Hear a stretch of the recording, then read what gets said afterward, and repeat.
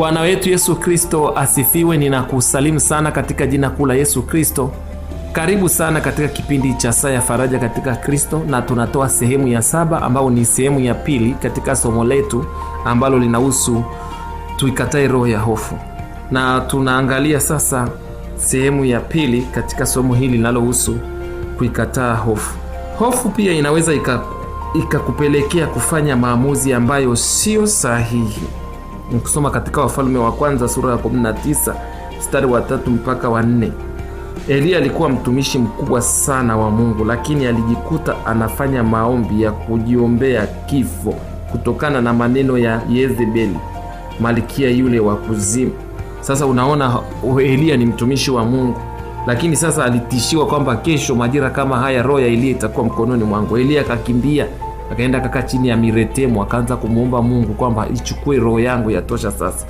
Yawezekana hata wewe kuna sehemu na sadi, lakini pia hata jumbe unazopewa. Unajua kuna watumishi wengi sana ambao pia wanahubiri mafundisho pia ya kuingizia watu hofu.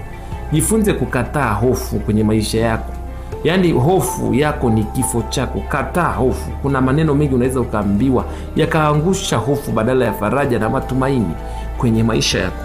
Sasa hebu fikiri neno, huyo mtumishi wa Mungu Elia ni mtumishi mkubwa sana. Ni mtumishi ambaye alishusha moto kutoka mbinguni.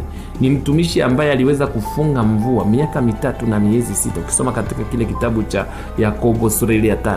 Sasa lakini sasa kwa neno la yule mwanamke Yezebeli, neno la mke wa Ahabu tu lilimtisha Elia kiasi kwamba akaomba asiendelee na huduma ila apumzike. Kwa hiyo maneno unaweza ukasikia maneno ambayo yamebeba hofu mpaka yakakufanya ufanye maamuzi mabaya mbele za watu na mbele za Mungu. Kwa hiyo unaona Mungu kweli alikubali, alimchukua Elia kutoka mbinguni. Hakuna kaburi la Elia duniani. Alichukuliwa moja kwa moja na gari la moto hadi mbinguni. Kwa nini? Mungu aliona maneno yale yaliangusha hofu na yalimchosha. Hofu pia inaweza kukuletea magonjwa. Kuna watu wamepata magonjwa kama pressure, hata magonjwa ya moyo. Hofu kwa sababu ya maneno walioyasikia yalikuwa yamebeba hofu. Hofu itakayomaliza watu wengi ni ile ambayo itapitishiwa kwenye maneno unayoyasikia.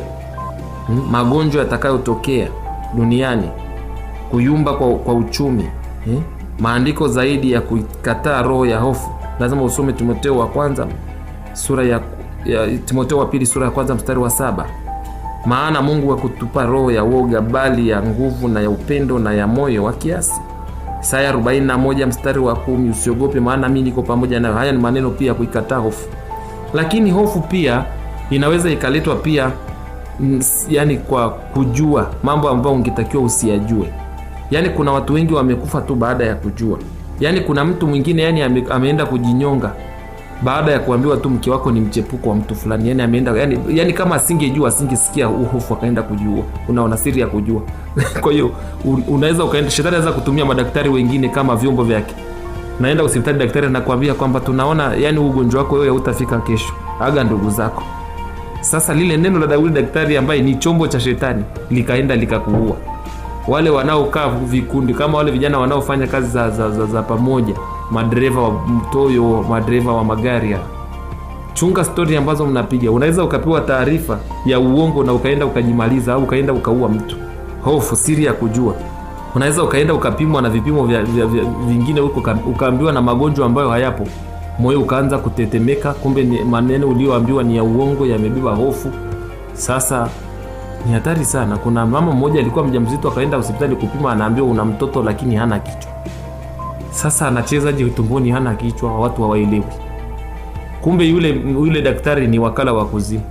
Ameingiza hofu. Alivyoenda hospitali nyingine, yule mama amejifungua na mtoto ni mzima. Kwa hiyo pia kuna baadhi ya madaktari wanatumiwa na shetani kuangusha hofu ndani ya kwa wagonjwa. Lakini kuna hofu ya kuona. Kama haya mahospitali ambayo unaona yanatibu watu, lakini pembezoni mwa zile hospitali kuna uzwa majeneza. Jamani, hata wale mawaziri mnaohusika, kwa nini nyinyi msione namna ya kuondoa hizo biashara za majeneza kwenye malango ya hospitali? Mtu anaenda hospitalini anakutana na msafara wa majeneza. Kuanzia anaingia hospitali ni majeneza yanauzwa tu. Sasa anaona vyombo vya kuzika watu. Sasa vile vyombo vinamuingizia yule mtu hofu, anaona na mimi nitakufa, nitakuja kuingizwa huko. Kwa hiyo ninawaombeni wale mnaohusika, mshughulikie mambo hayo, na ni hospitali nyingi tu zimeanza kuruhusu watu wanauza majeneza kule nje. Naomba Mungu awasaidieni nyinyi nyote na awapeni neema na hekima ya kujua kwamba mnaua watu kwa hofu kule. Kwa hiyo ninaomba sasa, linda moyo wako kuliko vyote, usiruhusu hofu ikuvamie. Katika kile kitabu tusoma Mithali sura ya 4 mstari wa 23 inasema kwamba linda sana moyo wako. Kwa hiyo Mungu akubariki sana kama ulikuwa unatusikiliza, na somo letu la hofu limeishia hapa. Tutatoa sehemu nyingine wakati mwingine. Tunakushukuru Baba yetu wa mbinguni kwa sababu ya mafundisho haya. Tunaomba sasa roho ya hofu ivunjwe juu ya watu hawa. Tunaivunja roho ya hofu kwa yote aliyekuwa ananisikiliza na kunitazama. Hofu isimkaribie. Tunakataa roho ya hofu na kuipinga kwa nguvu zote. Kuanzia sasa kuna taarifa zenye hofu tunazifuta na kuziondoa. Maneno yote yaliyobeba hofu, maneno yaliyobeba hasira na hofu na uchungu tunayafuta ndani ya moyo wake. Na hata wale wengine ambao wanatufuatilia, lakini Baba kuna mambo wameyajua, kumbe wameyajua vibaya, yameingiza hofu, tunayafuta hayo mambo kwa damu ya Yesu. Hofu yote tunaitoesha, lakini hofu mbaya ambazo zinazuia watu, mtu akitaka kufanya kazi anaogopa tafilisika, ni hofu za kuzimu, hizo tunazifuta na kuziondoa. Damu ya Yesu ikafunike kipindi hiki na msikilizaji na mtazamaji wetu. Tunamweka katika mikono yako Baba wa mbinguni. Mwaga Roho yako Mtakatifu, achilie kiu ya watu kusoma neno na kuomba katika jina la Yesu. Bariki ujumbe wako Bwana wa neno lako siku ya leo, kakuzalie matunda katika jina la Yesu. Naomba kwa ajili ya wagonjwa, wafungwa, yatima na wote wenye shida mbalimbali. Amen. Basi unaweza kutuwasiliana na sisi kupitia namba 0759044115. Una jambo lingine ambalo ungetaka kutushirikisha kama ushauri, tunapokea. Na kama una sadaka unataka kutuma kwa ajili ya kipindi hichi, basi tutaipokea. Mungu akubariki sana kwa kuwa pamoja nasi na kutufuatilia. Hadi wakati mwingine, Mungu akubariki sana. Amen.